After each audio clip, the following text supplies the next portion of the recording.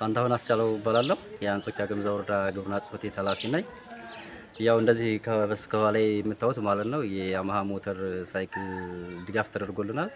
ድጋፍ የሚተደረገልን በፌዴራልና በክልል ግብርና ሚኒስቴር እንዲሁም በዞን ግብርና መምሪያ አማካኝነት በምግብ ስርዓት ማጠናከሪያ ፕሮጀክት አማካኝነት 10 በበረሃ አንበጣ ፕሮጀክት 1 እና በኤስኤልኤም ፕሮጀክት 2 ያማሃ ሞተሮች በጥቅሉ ወደ 13 ያማሃ ሞተር ሳይክሎች ለአንጾኪያ ገምዛ ወረዳ ግብርና ጽሕፈት ቤት ድጋፍ ተደርጎልናል። የሞተሩ ድጋፍ ዋነኛ ዓላማው ምንድነው?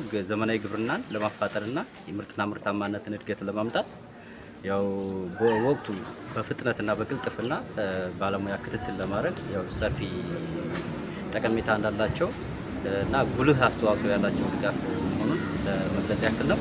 እንግዲህ ግብርናን ማዘመን ማፋጠን ስንል ከአገልግሎት አሰጣጣችን ጀምሮ አርሶ አደሮቻችንን በቅልጥፍና በፈጣን ድጋፍ ቶሎ የሙያዊ ድጋፍ ለመስጠት በሰዓት መገኘት፣ በሰዓት መንቀሳቀስ፣ ቀበሌ ላይ መሄድ እና የተለያዩ የግብርና የኤክስቴንሽን አደረጃጀቶችን የኤክስቴንሽን ስራዎችን በግንዛቤ ለመፍጠር የወረዳ ባለሙያ ድጋፍ ማድረግ አለበት።